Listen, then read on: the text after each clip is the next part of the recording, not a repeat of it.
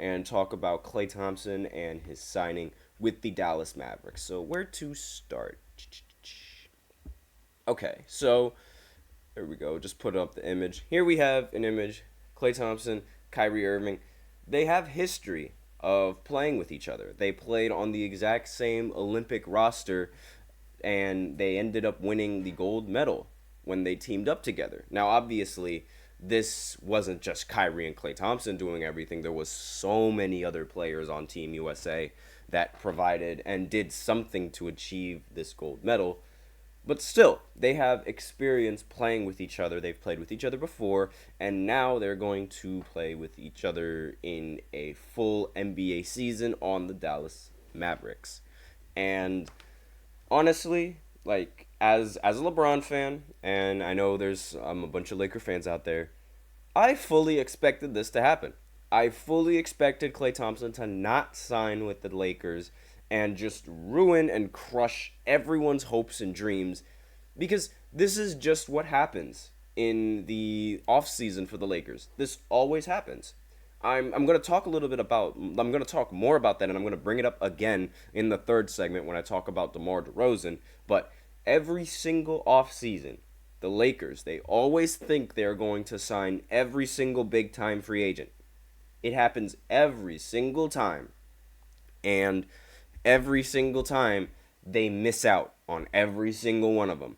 It's been going on since LeBron joined the Lakers. Like, I don't know if it's just because, it's LeBron, but it happens all the time.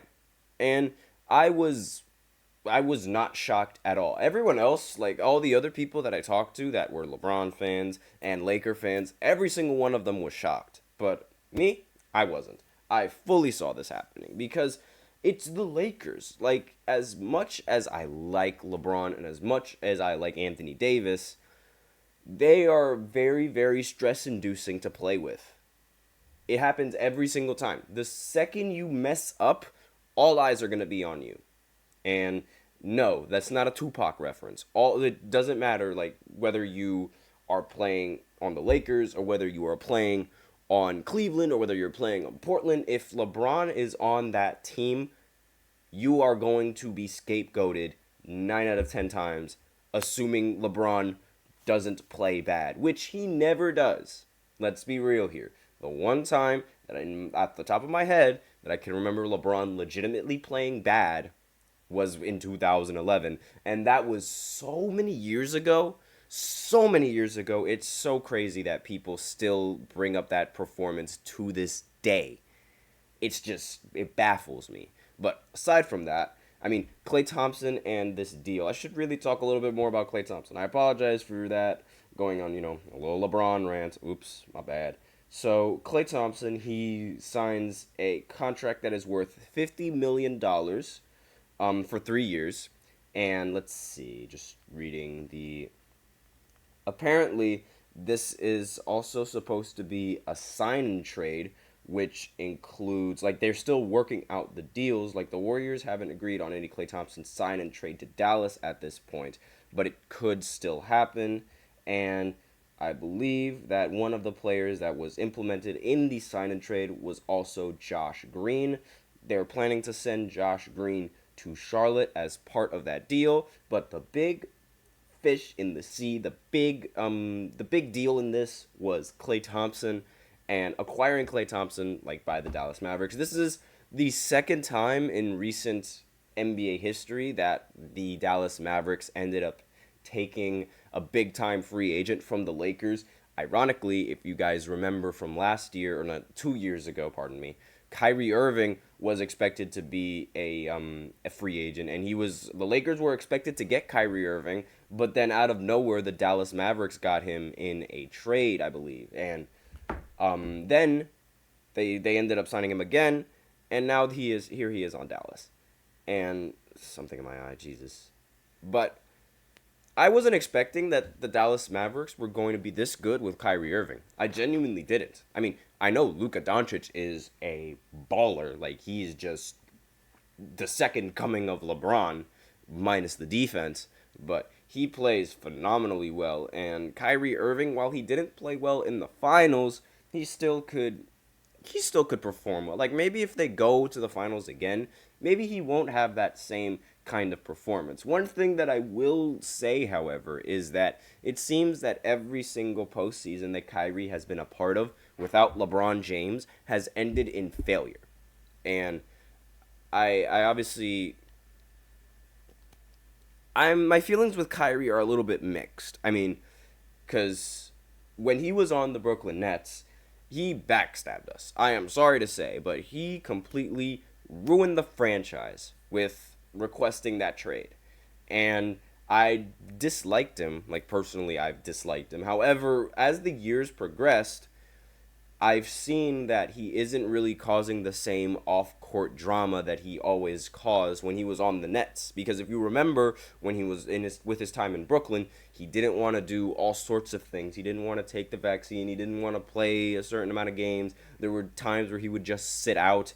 Now you see him on Dallas, he's doing the exact opposite.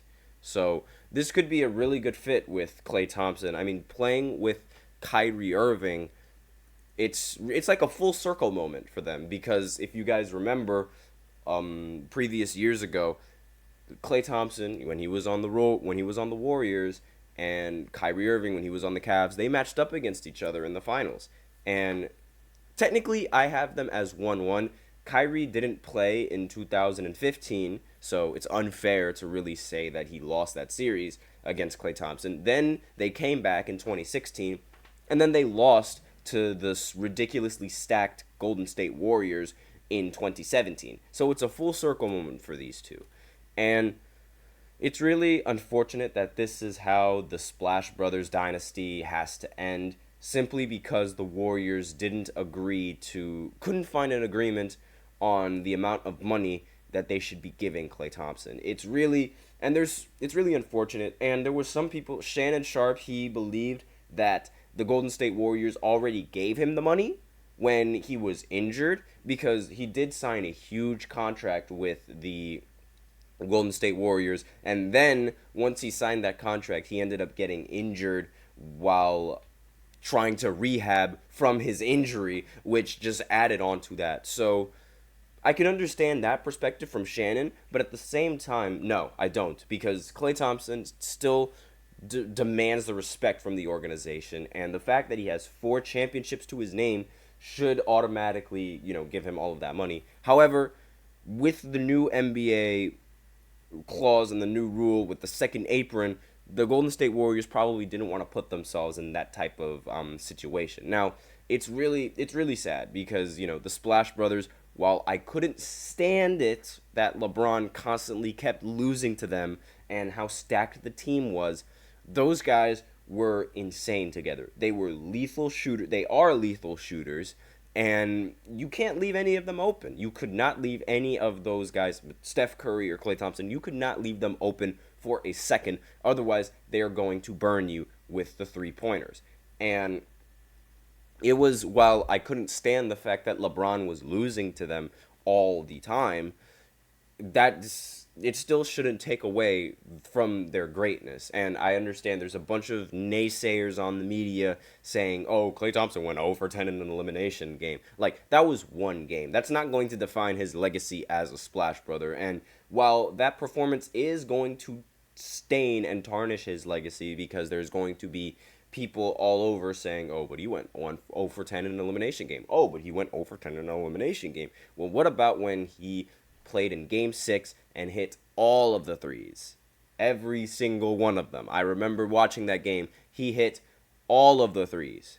But that's besides the point. I mean, I think this pairing between Kyrie and Klay Thompson, as well as Luka Doncic, I think this is going to work just fine, because Klay Thompson is more of an off-the-ball kind of player. As you guys know, he runs around the screen similar with Steph Curry, and he shoots the ball like it's nothing.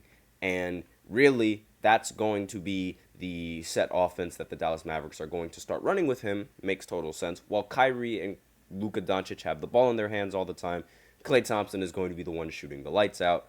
So, in reality, I don't really think Klay Thompson's job is going to change much. What's really going to be like a sight to see is if he's going to remain efficient and continue to remain, as efficient as he's been for the rest of the years. Now, obviously, last year wasn't really a Klay Thompson shooting performance. Like, he didn't shoot 40% from three, but still, shooting 38% from three isn't all that bad. It's not Klay Thompson good, but it's not all that bad. So that is all I have about this free agent signing. Let me know in the comments what you guys think of this free agent signing. Do you guys think this is good? I'll give more updates if I get more updates on this sign and trade and things of that nature. But really, that's the big deal. The big deal is Klay Thompson to Dallas. So with that out of the way, I'm going to talk about the Boston Celtics and their big contract deal with Jason Tatum, as well as how much money the Celtics are spending on the entire roster, because it's a lot. So I'll be right back after this short break. Be sure to stay tuned. I feel like I'm losing my mind. Is everybody in the world blind? Please, Lord, give me a sign, a sign. I feel like I'm losing my mind. Is everybody in the world blind? Please, Lord, give me a sign, a sign. I wanna be the greatest. Everybody on the fake shit. I look around and feel like everybody is the fakest. I make this every day and I'm impatient, hoping one day I blow up from the basement. Statement, the top is so vacant. I don't hear shit that I think is amazing. Waiting for my day when I'm playing sold out shows for 1,000 faces. Hey, give me that crown. Get in my way and to be put down. It ain't your place, all this my town. If I want that shit, then I'll get it right now. I'm losing it, the noose it fits, some losing shit, a stupid myth. You choose to live or choose to dip, you choose to fight or lose your grip and lose a gift. I feel like I'm losing my mind. Is everybody in the world blind? Please, Lord, give me a sign, a sign. I feel like I'm losing my mind.